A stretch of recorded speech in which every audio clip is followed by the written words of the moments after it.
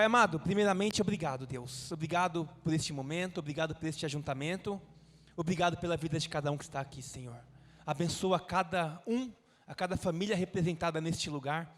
Abençoa também os nossos irmãos que nos acompanham de suas casas, Pai. Em nome de Jesus Cristo, Senhor. Obrigado por esta porta aberta, Senhor. Pai, em especial, obrigado pela vida do Gabriel. Obrigado porque o Senhor foi maravilhoso, misericordioso e poderoso, Senhor Deus, acerca deste assunto. Louvado seja o teu nome. Nós como igreja, Pai, somos gratos a Ti e rendemos a Ti toda a honra, toda a glória e toda a adoração por conta deste milagre. Em nome de Jesus Cristo, amém e amém e amém. Louvado seja o nosso Deus. E nós acabamos de ver um milagre, né? Mais um milagre, porque o Senhor Jesus, Ele continua fazendo milagres, operando milagres, e hoje nós vamos ver um contexto da palavra, que vai também nos mostrar um outro milagre que Jesus fez. Então se tem uma especialidade de Jesus Cristo, é fazer milagres, né? Então convido você a ler, então, junto comigo, Lucas capítulo 5, a partir do versículo 1, e quem não trouxe sua Bíblia, pode olhar na Bíblia do irmão que está do lado. E se o irmão também não trouxe, não tem como, né? Pelo menos o irmão do lado tem que ter trazido a Bíblia. Mas brincadeiras à parte, né? Quem não trouxe pode acompanhar aqui no telão, né? Mas eu fico tão feliz quando eu vejo todo mundo com a Bíblia aberta, ou o smartphone ali acompanhando. É muito bom. Porque a palavra de Deus, ela é espada, não é, amado? Não tem como ir para a guerra sem a espada. Mas diz assim, então, a palavra de Deus, Lucas capítulo 5. Muita atenção, meus amados. Certo dia, Jesus estava perto do lago de Genezaré. E uma multidão o comprimia de todos os lados para ouvir a palavra de Deus. Viu à beira do lago 2 barcos, deixados ali pelos pescadores, que estavam lavando as suas redes. Entrou num dos barcos, o que pertencia a Simão, e pediu-lhe que o afastasse um pouco da praia. Então sentou-se e do barco ele ensinava o povo. Tendo acabado de falar, disse a Simão: vá para onde as águas são mais fundas, e a todos lancem as redes para a pesca.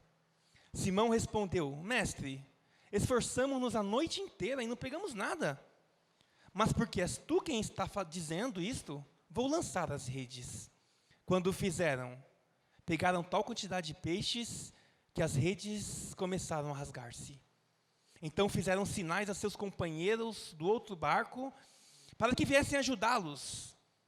E eles vieram e encheram ambos os barcos, ao ponto de começarem a afundar.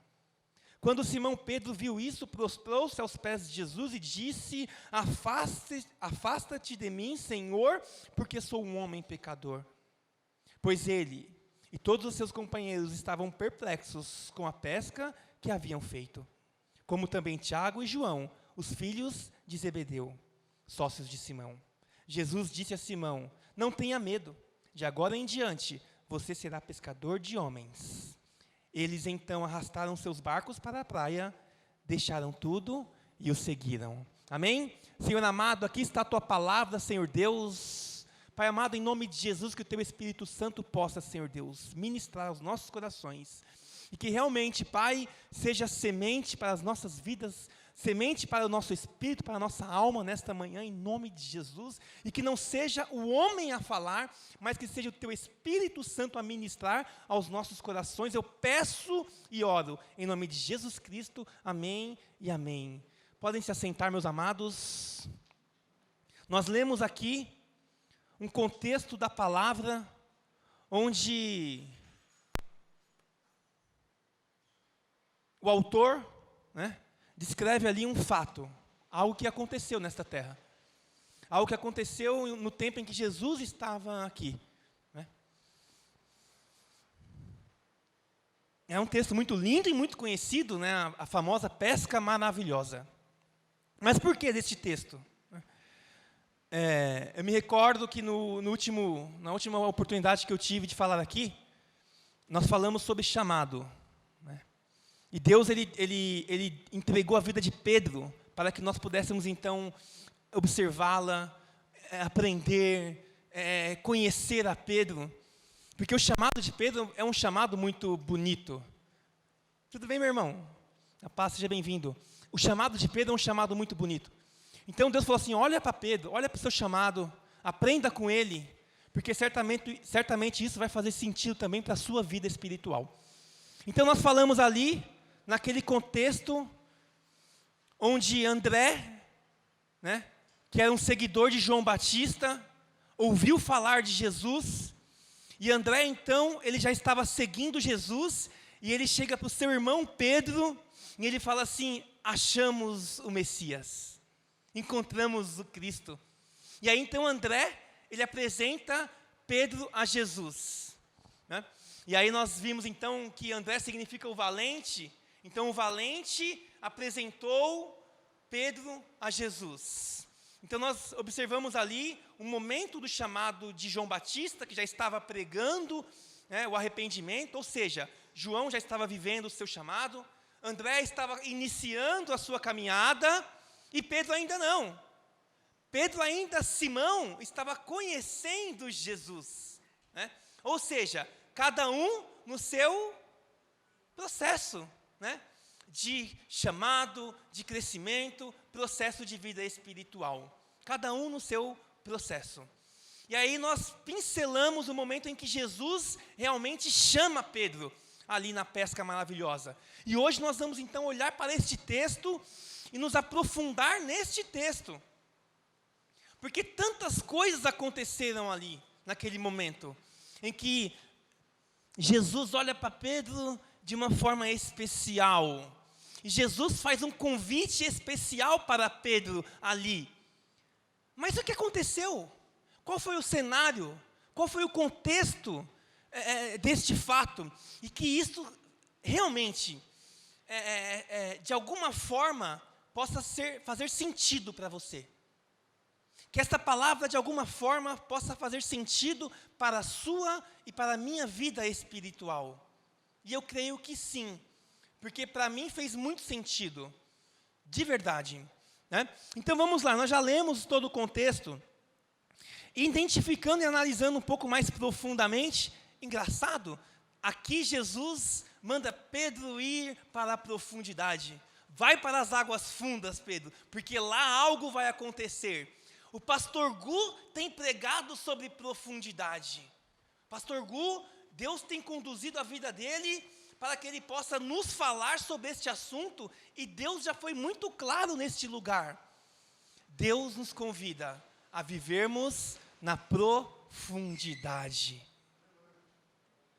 Deus quer que você vá para o fundo. Isso já está muito claro. Isso já ficou muito claro para mim neste tempo. Óbvio, Deus tem confirmado, através da vida do nosso pastor, que Ele está querendo viver algo diferente conosco, neste tempo. E não é à toa que nós estamos estudando sobre santidade no estudo bíblico. Quem está participando dos estudos, está percebendo que Deus está falando com a sua igreja, de uma forma muito especial.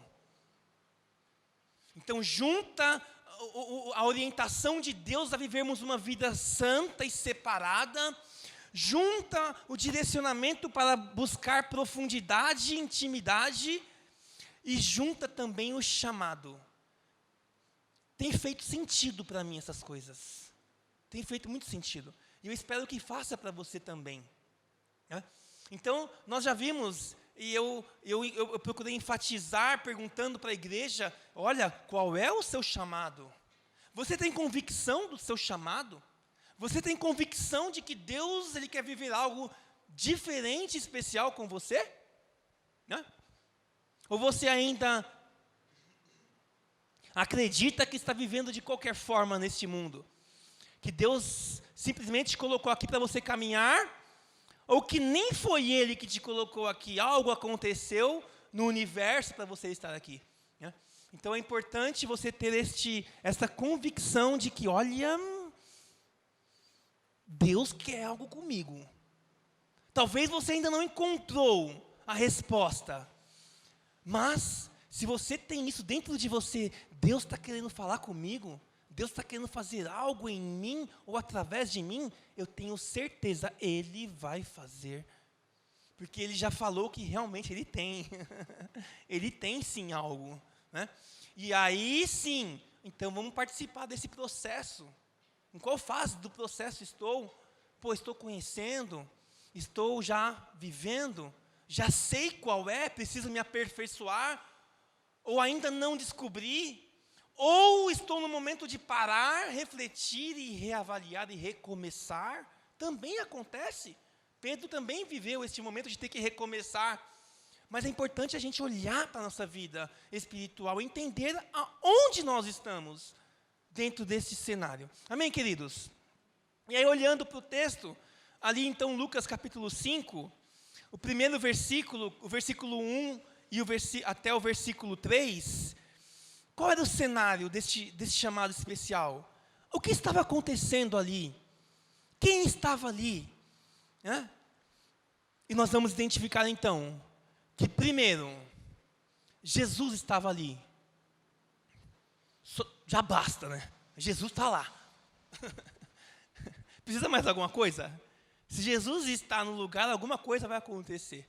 A atmosfera muda. E olha, eu sei que Jesus está aqui. Eu sei que Jesus está aqui. Eu tenho certeza que Jesus está aqui, né?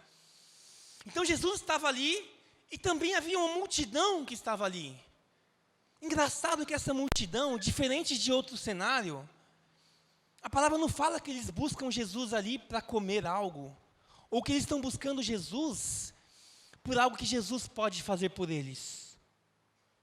Nós lembramos que na multiplicação dos pães, as pessoas buscaram Jesus porque eles comeram e ficaram saciados, lembram? E aí eles foram depois atrás de Jesus de novo, e Jesus falou assim, vocês estão aqui porque comeram e saciaram a fome. Mas eu posso te dar um pão que se você comer, você não vai ter nunca mais fome. Porque eu sou o pão da vida. Então Jesus identificou ali uma barganha, uma troca.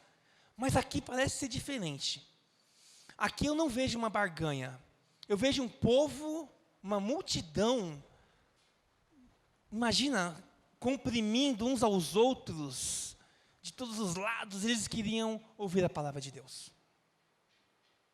Então ainda existia um povo que queria ouvir a palavra de Deus. Ainda existia um povo que buscava Jesus por aquilo que ele falava, por aquilo que ele era. E eu creio que esse povo aqui era um povo que estava ali com essa intenção, porque a palavra diz isso, né? Uma multidão comprimia de todos os lados para ouvir a palavra de Deus. É um povo que aqui, nesse cenário, está sedento pela palavra de Deus. Nós temos que trazer isso para o nosso dia a dia. Isso tem que fazer sentido para nós. Qual é a minha sede de palavra? Quando eu saio domingo da minha casa, e eu estou tomando ali meu banho, ou às vezes a gente tomando no sábado à noite, não tem problema. Aí sexta não dá, né? Sexta não, aí já fica muito. Mas quando a gente está se preparando para vir para a igreja, qual é a nossa sede? O que passa na sua cabeça, no seu coração? Quando você está se preparando para vir à igreja. O que está no seu coração? O que estava hoje no seu coração, quando você se arrumava, quando você pegou o seu carro ou o seu ônibus para vir à igreja? Você estava sedento para ouvir a palavra de Deus? Você tem sentido sede da palavra de Deus? Porque eu estou aproveitando um cenário aqui para falar aquilo que Deus está pedindo para falar. E o cenário aqui era um povo que estava sedento. Era um povo que queria ouvir a palavra de Deus. Mas hoje, muitas vezes a gente não quer ouvir a palavra de Deus, essa que é a verdade. A palavra de Deus muitas vezes não tem saciado a nossa sede, por quê? Sendo que a palavra é tão rica, a palavra é tão importante. Jesus mesmo disse, ministração de domingo passado, aquela samaritana, olha, se você soubesse quem te pede água, você pediria e essa água, ela saciaria a tua sede para sempre. Palavra de Deus. É palavra que alimenta a nossa alma, o nosso espírito, ao ponto de não termos mais fome e sede. Por quê? Porque a palavra é suficiente. E aí não tem como falar de poder de palavra, porque ali existia um cenário que havia poder de palavra. As pessoas se amultuavam por causa do poder da palavra. Elas se amultuavam porque Jesus estava ali. E nós não vemos esse cenário nos dias de hoje. O entusiasmo por conta da palavra de Deus. Ontem foi um dia de euforia. Ontem foi um dia de euforia e de entusiasmo. Por quê? Quem sabe? Qual foi o evento de ontem? Ontem foi final de mundial. Ontem as pessoas se movimentaram. As pessoas saíram de suas casas. As pessoas pararam para assistir o jogo de futebol. É um fato. E eu também parei. É triste. Mas não foi no começo, não. Quando eu lembrei, já estava no segundo tempo. Mas eu também parei. Mas qual que é a prioridade? Não é porque nós paramos para ver um jogo de futebol, não é isso. Mas muitas pessoas têm tido tantas outras prioridades, tantos outros entusiasmos, e tão pouco entusiasmo com a palavra de Deus. Sendo que a palavra que vai nos salvar, é a palavra que vai nos libertar, é a palavra que vai nos transformar, é a palavra que vai nos ajudar, é a palavra que vai nos conduzir, é a palavra, a paz está aqui, a alegria está aqui, o gozo está aqui, tudo está aqui, e muitas vezes nós não estamos aqui, mas ela está aqui.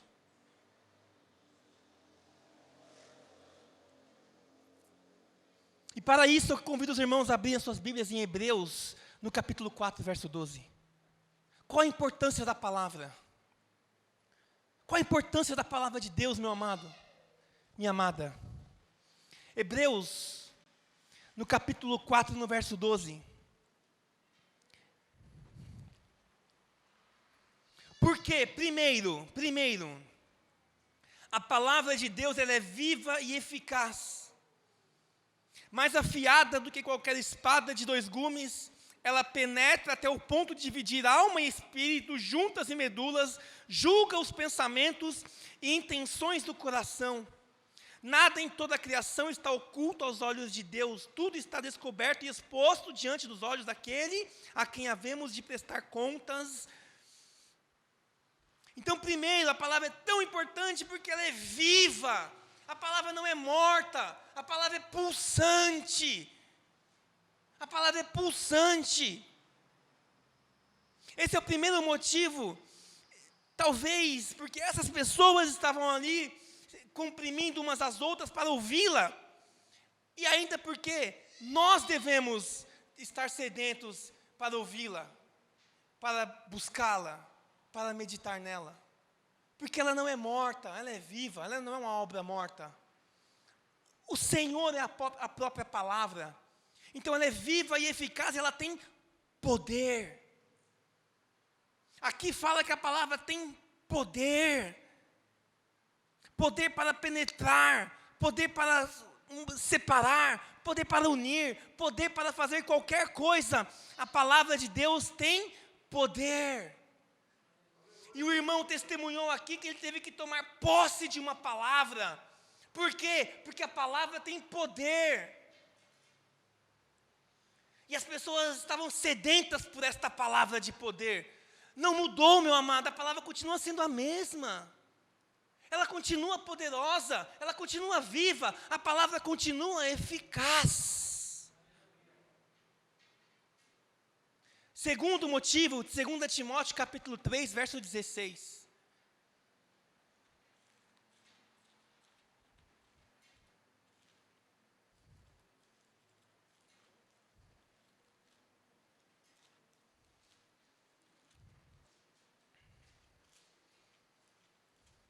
Segunda Timóteo 3,16 diz: toda a Escritura é inspirada por Deus e útil para o ensino, para a repreensão, para a correção, para a instrução na justiça, para que o homem de Deus seja apto e plenamente preparado para toda boa obra. Nós estamos falando de chamado. Então a palavra de Deus ela é importante. Para quê também? Para o teu chamado. A palavra de Deus ela é importante para que o teu chamado possa ser cumprido, porque ela vai te dar base para isso.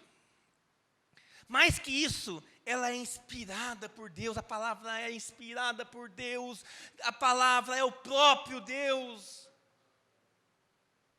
E ela instrui, ela corrige, ela repreende. Muitas vezes a gente ouve uma palavra aqui de repreensão, mas é a palavra. Por quê? Porque ela também tem este papel. O papel de ensinar e falar assim, não vai por aqui, meu amado, você vai quebrar tua cara. Vai para o outro lado aqui, ó. A palavra está dando direção, a palavra está iluminando os nossos caminhos. Está aqui. Por quê? Porque ela vem de Deus. Ela é inspirada por Deus. E ela é útil para nos ensinar, nos repreender, nos corrigir e nos instruir. O que Jesus estava fazendo ali, naquele lugar? Essas coisas. Ele estava instruindo, repreendendo, corrigindo. Ele estava ensinando. Ensinando. E o original de ensinar significa dikaskou. Dikaskou, grego, significa instruir. Jesus estava instruindo as pessoas ali. E a palavra tem essa função, está aqui, função de instrução.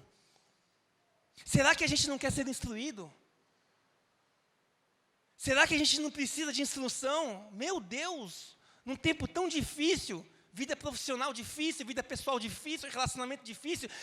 Quem aqui não precisa de instrução? Quem não precisa de instrução? É tudo que nós mais precisamos. Mais precisamos. E a palavra tem este poder. Então a palavra que é viva e eficaz. A palavra que ensina, que capacita para a boa obra. E por fim, João capítulo 5, verso 39. Eu quero citar somente esses 3 aspectos da palavra.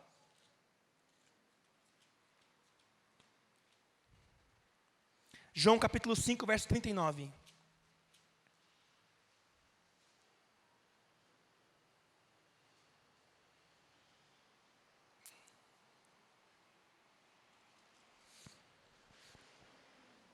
Podemos ler? Também diz que toda a escritura... João 3,16 aqui ainda. Não, esse aqui nós já lemos. João agora, capítulo 5, verso 39... Vocês estudam cuidadosamente as Escrituras. Jesus disse isso, tá, meus amados? Dizendo aos fariseus, vocês estudam cuidadosamente as Escrituras, porque pensam que nelas vocês têm a vida eterna. E são as Escrituras que testemunham a meu respeito. Verso 40. Contudo, vocês não querem vir a mim para terem vida. Ou seja, eles estavam estudando as Escrituras, e elas realmente testificam que Jesus tem a vida eterna, mas não querem vir a mim.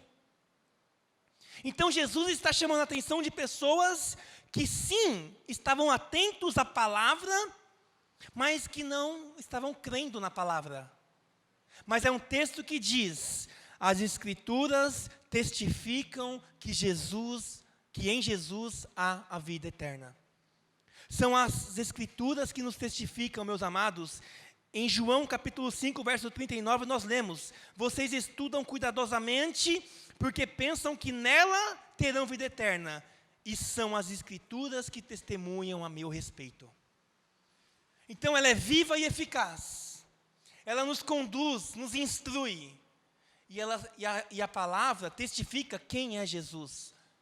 A palavra testifica que nele há vida eterna. Eu trouxe 3 argumentos. 3 argumentos. Mas são vários outros. 3. Vale a pena? Vale a pena a palavra de Deus? Por conta desses 3 argumentos? Quem acha que sim? Levanta a mão. unânime. Claro que vale a pena. É disso que nós precisamos. É disso. Neste cenário de ensino, voltando então a Lucas, no capítulo 5, olha que tremendo.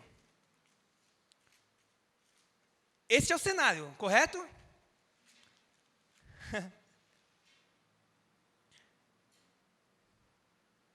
Pastor, mas é Jesus que está ensinando. É verdade. Tem uma grande diferença, né? O próprio Deus estava ensinando eles ali. E agora? Quem irá ensinar? Eu convido você a João capítulo 14. João 14, 25.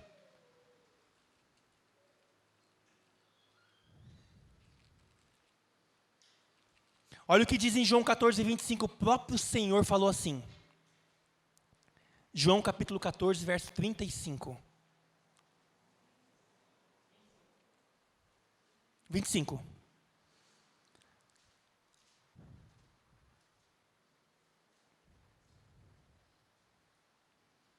Jesus disse assim, olha, tudo isso lhe tenho dito enquanto ainda estou com vocês.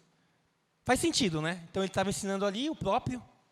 No versículo 26, mas o conselheiro, o Espírito Santo que o Pai enviará em meu nome, lhes ensinará todas as coisas e lhes fará lembrar de tudo o que eu lhes disse.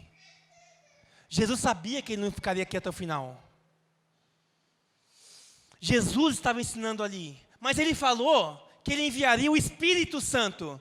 E o Espírito Santo, este continuará nos ensinando.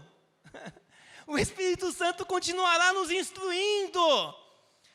Continuidade, não acabou. Ali ele estava ensinando, ele sabia que ele não ficaria, existia um propósito, uma obra maior, ele iria ao Pai, mas ele enviaria o Espírito Santo, olha o conselheiro, o Espírito Santo, que o Pai vai enviar ainda, e enviou depois em Pentecostes, em meu nome ensinará a vocês, ou seja, o Espírito Santo vai te instruir. Não só isso. Mateus capítulo 28, versículo 19.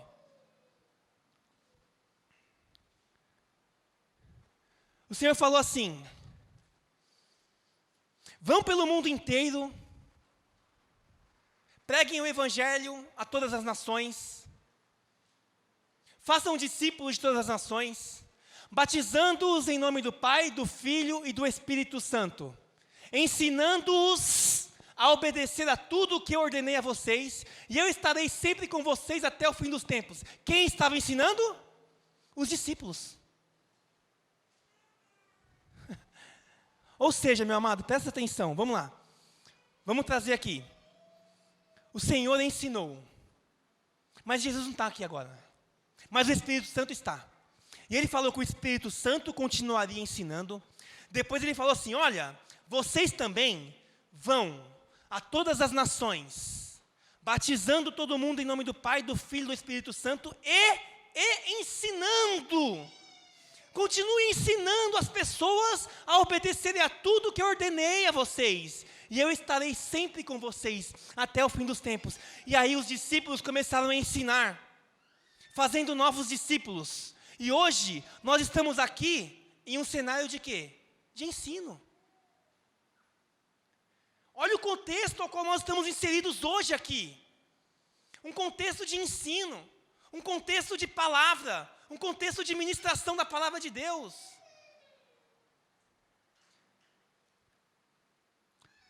Estamos inseridos num contexto parecido com o de Pedro. No contexto de ensino. Ah, mas tem muita coisa sendo ensinada de forma errada. Não quero entrar no mérito. Talvez sim. Mas Deus não tem nada a ver com isso. Deus não tem nada a ver com isso. A ordem de Deus está aqui, ó. Vocês serão meus discípulos. E vocês farão outros discípulos. E vocês vão ensinar essas pessoas a obedecerem. É isso que o Senhor quer de mim. Que eu possa de alguma forma ser instrumento nas mãos deles para ensinar você, meu amado, a obedecer. E você também vai ser um discípulo. E você também vai ser usado por Deus para ensinar alguém. E o processo ele é contínuo. O processo não parou. Perceba que, olha, é processo. E aí, o irmão já está ensinando, mas tem outro que ainda não, ele está conhecendo ainda, mas ele ainda vai ensinar. Se ele se permitir, se ele se encontrar, se ele crer que ele faz parte desse plano. Mas se você não crê que você faz parte desse plano, você não vai viver o plano. Você vai se limitar. Você quer ser um limitado? Muitas pessoas estão se limitando no reino de Deus. Ah, mas é até aqui. Você sabe até onde que é? Ah, mas não tem como. Não tem condição. É impossível. Sim, pode ser impossível. Como a pesca também foi impossível. E aí Deus vai trabalhar no impossível da tua vida. E aonde você não ver limites, Deus vai colocar um limite. Olha, qual é o limite de Deus? Ele sabe qual é o limite. Ele sabe o tempo que vai acabar, mas eu não sei. Eu não posso colocar limite nas coisas de Deus. Nós não podemos limitar as coisas de Deus. Nós não podemos limitar os dons de Deus na nossa vida. Mas aquelas pessoas estavam inseridas num contexto de ensino da palavra. Eles estavam se batendo para ouvir a palavra. Eles queriam ouvir a palavra. Olha o segredo, olha a cereja. A cereja está em um ambiente de ensino. A cereja está onde Jesus está. E ali, algo aconteceu. Algo aconteceu.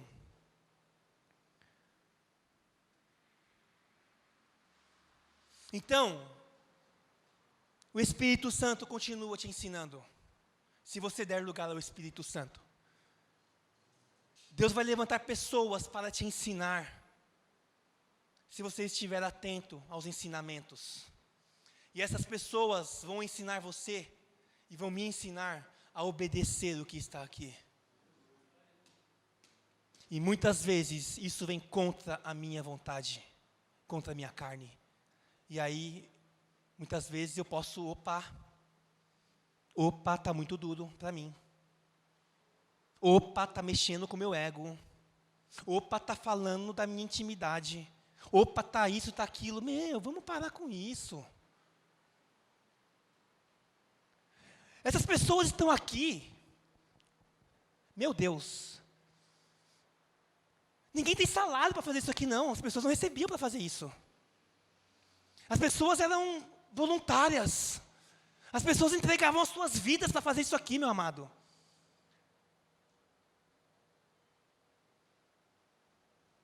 As pessoas dedicavam suas vidas, os seus tempos para fazer isso aqui. Não é nada pessoal. Não é nada pessoal. Né? Eu me lembro que uma vez eu convidei o irmão para assumir um ministério aqui na igreja.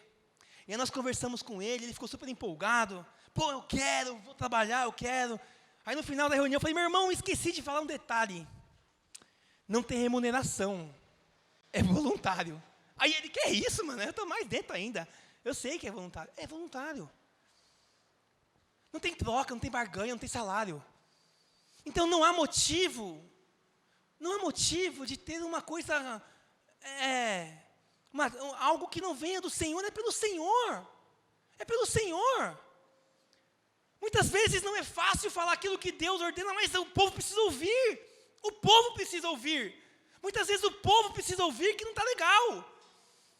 Muitas vezes eu preciso ouvir que eu não estou legal, que eu estou frio, que eu estou me afastando, que eu estou cada vez mais frio. Eu tenho que ouvir, fazer o quê? Por quê? Qual é a ordenança do Senhor?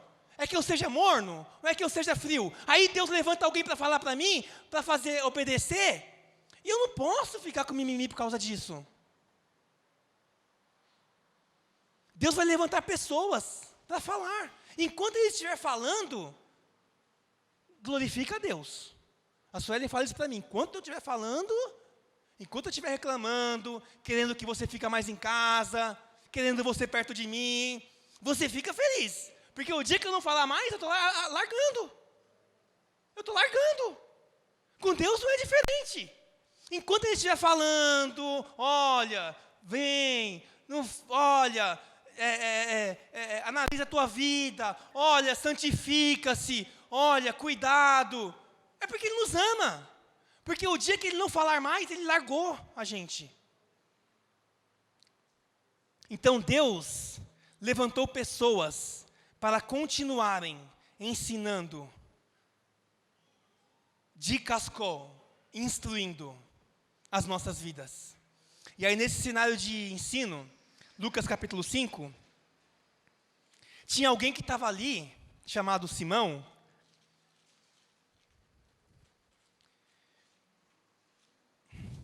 E aí no versículo 4, Lucas 5, 4,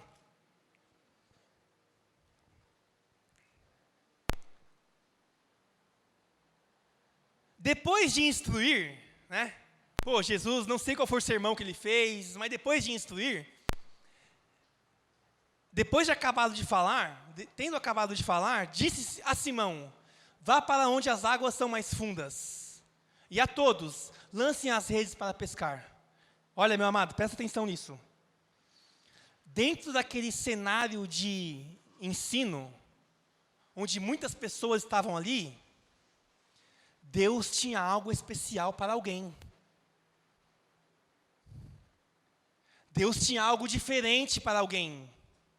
Olha, presta atenção. Talvez você esteja aqui e Deus tenha algo diferente para você.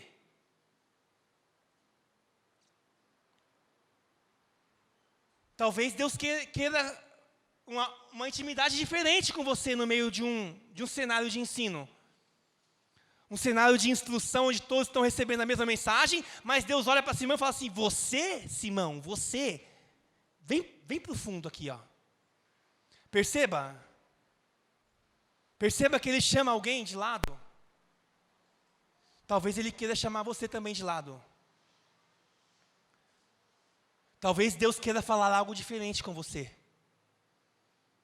Ele tenha uma mensagem geral, mas Ele tem algo diferente para você. E aí agora, é nisso que nós vamos mergulhar. Porque Ele chama Pedro, e Ele fala assim para Pedro, vá para as águas mais fundas.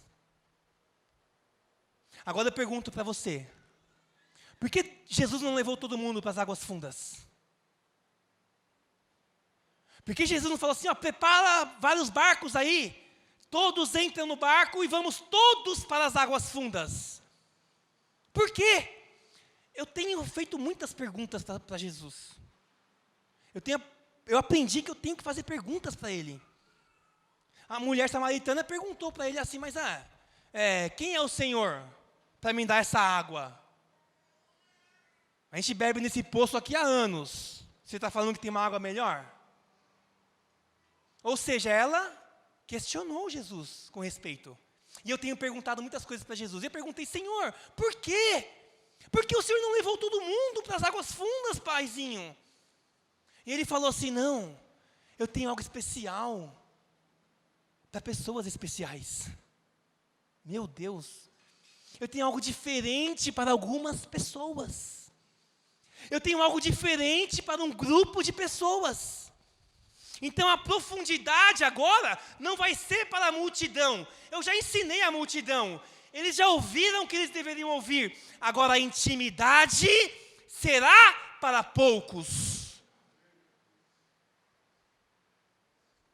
A profundidade será para poucos.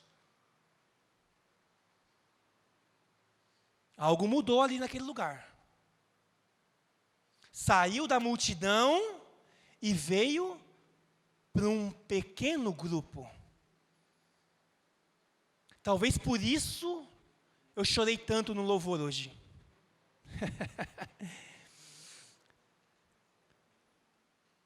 A gente às vezes é condicionado a estar no meio da multidão. Porque eu olhava para a igreja, sabe quando está começando a ver aquele sentimento de tristeza, cadeiras vazias? começa a questionar o Senhor, papaizinho, cadê as pessoas? E aí Deus falou assim, você quer intimidade ou não quer? Eu chorei. Aí eu chorei. Porque a minha intimidade não depende do outro. A minha intimidade não depende da igreja cheia.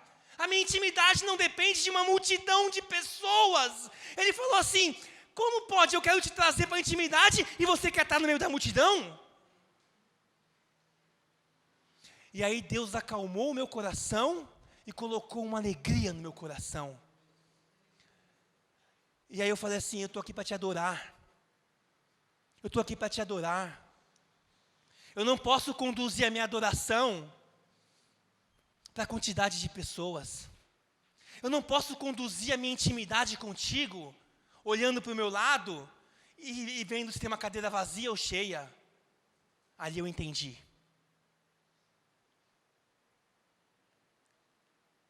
Se Ele quer levar você para o secreto, ouça a voz do Senhor. Jesus fez um convite. Ele falou assim, Pedro, vai para a profundidade, mas agora é só com vocês. E aí o que Pedro fala? Versículo 5, ele responde assim, Mestre, esforçamo-nos a noite inteira e não pegamos nada, mas porque o Senhor está dizendo isso, vou lançar as redes. Olha, Pedro, a visão dele está limitada ainda, ele não sabe o que vai acontecer. O Pedro não está entendendo nada do que está acontecendo ali. Ele não sabe a magnitude, ele não sabe ainda o que Deus vai pôr na mão dele. O irmão falou assim, Deus vai pôr alguma coisa na tua mão hoje. Ele falou aqui, uma arma, alguma coisa. Nós não sabemos o que Deus quer pôr na nossa mão. Por quê? Porque a nossa visão é limitada. Mas aí nem a gente que limita, porque realmente faz parte do ser humano. Deus queria entregar para Pedro uma igreja, vidas, um ministério, o início de uma igreja. E ele estava ali, mas, estou aqui pescando, o senhor está mandando ir para lá e tal. Jesus fez o convite. Pedro poderia falar assim, não quero, Senhor. Não quero, e ele tinha argumentos. Primeiro, estou cansado. Pesquei o dia inteiro. Pesquei a noite inteira, aliás. Segundo, já lavei os barcos. Terceiro, sou pescador profissional. Pesco a vida inteira. E você vem falar para mim aonde eu tenho que pescar? Está de brincadeira comigo. Ele tinha argumentos. Mas o que ele fez? O que Pedro fez? Mas, porque o Senhor está dizendo, vou lançar as redes. Pedro abriu mão da sua razão, abriu mão da sua convicção, abriu mão da sua experiência e falou assim, se o Senhor está dizendo, então eu vou fazer. Pedro foi obediente, meu amado. E tem uma frase que eu gosto muito. Obediência gera bênção. Gravou, né, irmã? Obediência gera bênção. E aí Pedro abre mão da sua razão, e ele então obedece ao Senhor. E aí no versículo 6.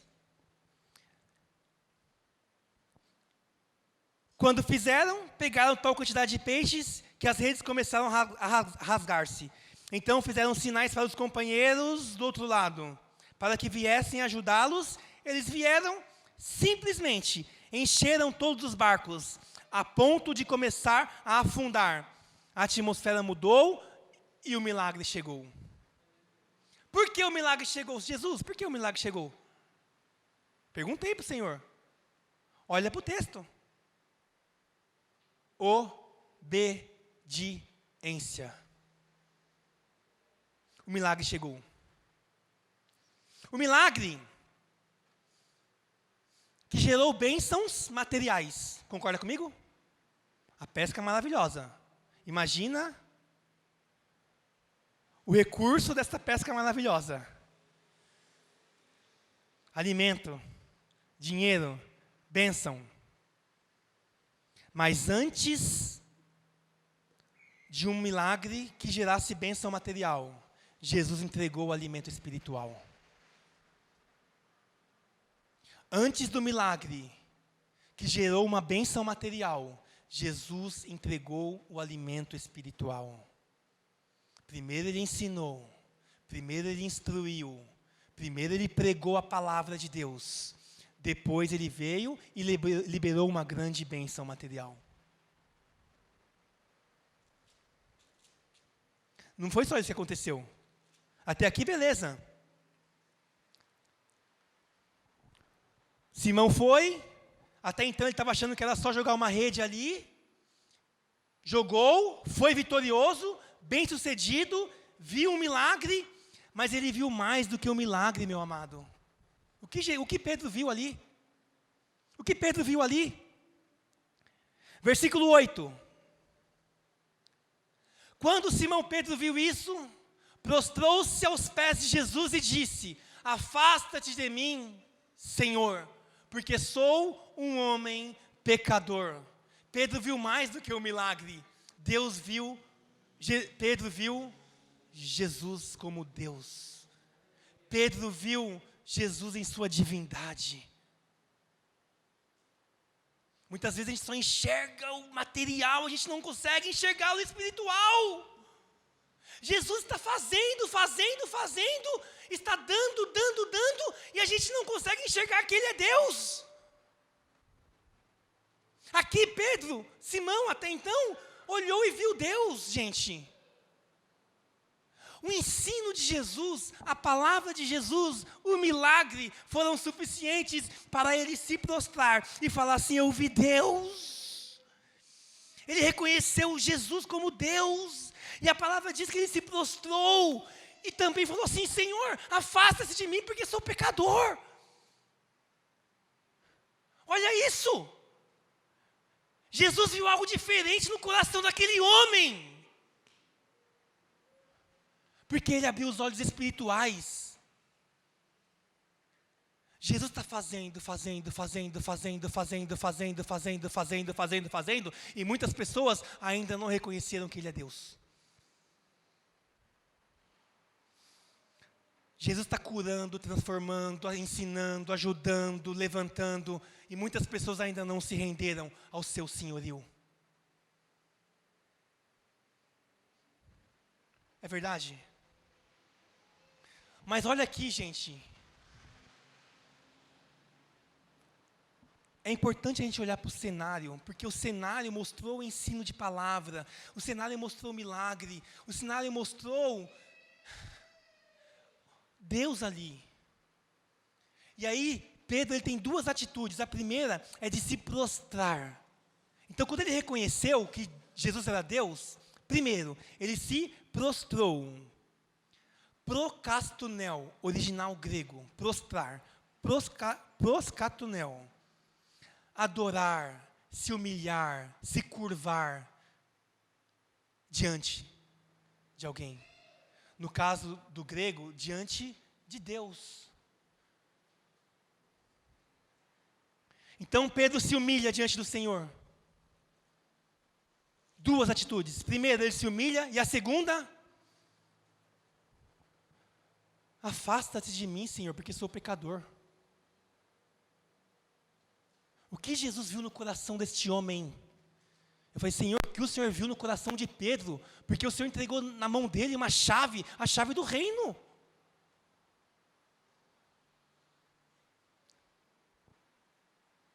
Se humilhou, se arrependeu e reconheceu que era um homem pecador. Essas foram as características e atitudes de Pedro.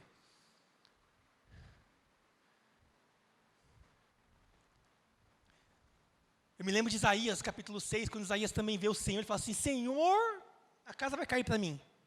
Ai de mim, sou um homem de lábios impuros, convivo com pessoas de lábios impuros, vou ser destruído. E aí o que o Senhor faz? Realmente, vou me afastar de você porque você é um pecador, e eu vim julgar você. Foi isso que Jesus fez? Vamos olhar o contexto do versículo 9. Continuando. Quando Pedro reconhece que ele é pecador, ele fala assim: eu não posso nem ficar perto do Senhor, porque o Senhor é Deus e eu sou pecador. Isso porque ele, pode ir o 9, porque ele e todos ficaram perplexos com a peça que haviam feito. E aí o 10, como também Tiago, João, o sócio de Simão. E aí Jesus disse assim: não tenha medo, porque agora em diante você será pescador de homens. Como pode? Ele não veio condenar Pedro, ele veio chamar Pedro. Ele veio confirmar o chamado. Por isso que o Senhor não está procurando o perfeitinho, o santo, o já santificado. Não, Ele procura um coração disposto, prostrar e reconhecer o seu pecado.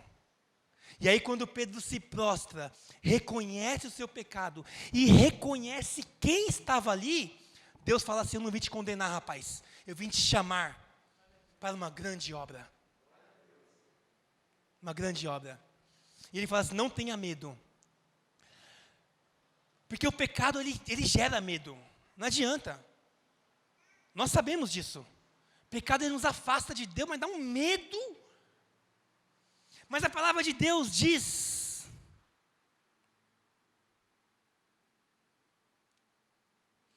em Tiago capítulo 1, verso 22, é importante abrirmos. Tiago capítulo 1, verso 22.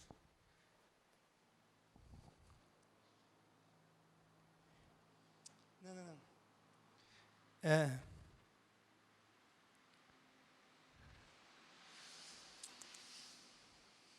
Lucas, desculpa. Lucas 5 também. Volta para Lucas, continua lá. Capítulo 5, verso 31. Lucas 5, 31. Olha o que Jesus diz. Não são os que têm saúde que precisam de médico, mas sim os doentes. E verso 32. Eu não vim chamar justos, mas pecadores ao arrependimento. É como se estivesse dizendo para Pedro: eu não vim te condenar, rapaz. Eu não vim te condenar. Eu vim te chamar ao arrependimento. Porque eu não vim para aquele que é perfeito. Eu não vim para aquele que é justo. Eu vim justamente para aquele que precisa se arrepender e precisa se converter. Eu vim para o pecador. Eu vim salvar o pecador. Eu vim salvar o pecador. E aí, eu imagino Pedro, né? Eu imagino a carga que saiu das costas dele. Né? E aí sim, nós vamos ver. A graça alcançou Pedro.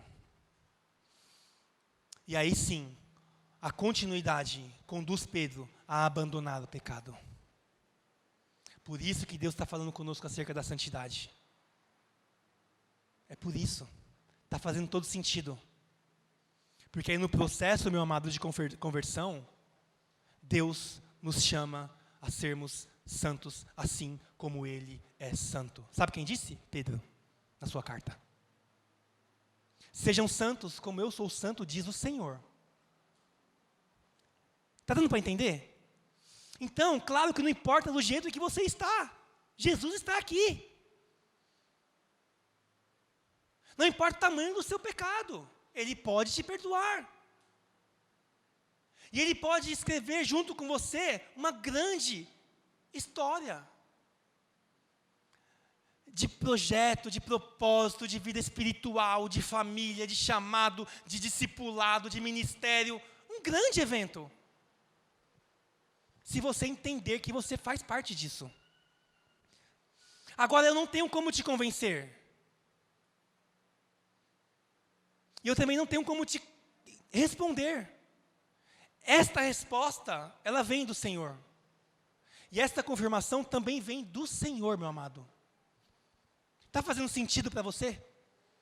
Tá, ou mais ou menos? Espero que sim. Amém? E assim então, nós encerramos esse momento de confirmação do chamado de Pedro. Quando Jesus diz: não tenha medo, de agora em diante, você será pescador de homens. Então eles arrastaram os seus barcos para trás e deixaram tudo e seguiram Jesus. Talvez você esteja lançando rede em um lugar muito raso. Talvez Deus queira falar para você assim: você está fazendo tudo do mesmo jeito. E você está se estribando, se apoiando no seu próprio conhecimento. Faça diferente. Faça do jeito que eu estou mandando você fazer. Nem que para isso você tenha que abrir mão das suas convicções, das suas razões, da sua experiência. Faça aquilo que Jesus está mandando você fazer. E aí você vai ser bem sucedido.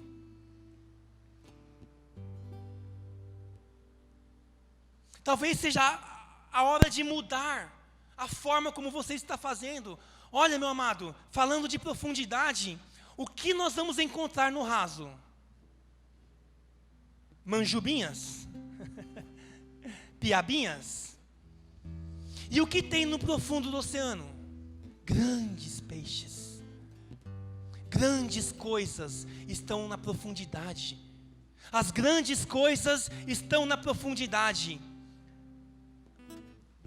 Deus está nos chamando a vivermos no profundo da sua intimidade, mas para isso Ele vai ter que te afastar. Talvez seja o momento de buscar esse afastamento. E aí o Senhor vai tratar você na intimidade. Vem para cá que agora sou eu e você. Vem para o secreto, porque agora sou eu e você. Profundidade é secreto, profundidade é intimidade no seu quarto, profundidade é intimidade na sua igreja, profundidade é buscar as coisas do Senhor. Por isso eu quero encorajar você a viver na profundidade. Não, eu quero encorajar você a viver aquilo que Deus tem para você. E se o que Deus tem para você estiver no profundo, vai para o profundo. Não se limite a ficar no rasinho. Não se limite a ficar com uma varinha ali no rasinho. Deus está falando assim, é para lançar rede. São muitas coisas. São coisas grandes que não conhece. A palavra diz em Jeremias: buscar-me-eis. Buscar-me-eis e me achareis quando me buscareis de todo o coração. Em outro texto também de Jeremias diz: clame a mim e eu te responderei. E revelarei coisas grandes. Coisas grandes que não conheces. Está muito claro que Deus está nos chamando a vivermos isso. Mas você pode voltar para a tua casa do jeito que você chegou aqui. Pode. Por quê? Porque é com você. É você com o Senhor. Eu não sei como aquelas pessoas voltaram para a casa delas. Eu só sei de Pedro. Eu sei de Pedro. Porque a palavra mostra quem foi Pedro. E eu sei também que ele decidiu seguir Jesus. Então, se eu posso aconselhar você, esse é o conselho que eu te dou. Siga Jesus. Siga Jesus. Ouça o chamado que Ele tem para a sua vida e siga Jesus. E o que Ele tem para você, Ele vai te falar. Com o tempo Ele vai te revelar. Mas não se limite a ficar no raso da tua vida espiritual. Amém, queridos? E para finalizar, eu quero convidar você a ficar de pé. Olha o tanto de riquezas que nós extraímos deste texto. Esse texto ele nos falou de intimidade com o Senhor. Ele nos falou de bênção espirituais e materiais. Ele nos falou de propósito. Esse texto nos falou de arrependimento, de chamado, de milagre e de renúncia. O que você tem que renunciar? Vai com essa pergunta no teu coração. Será que você tem que renunciar a algo?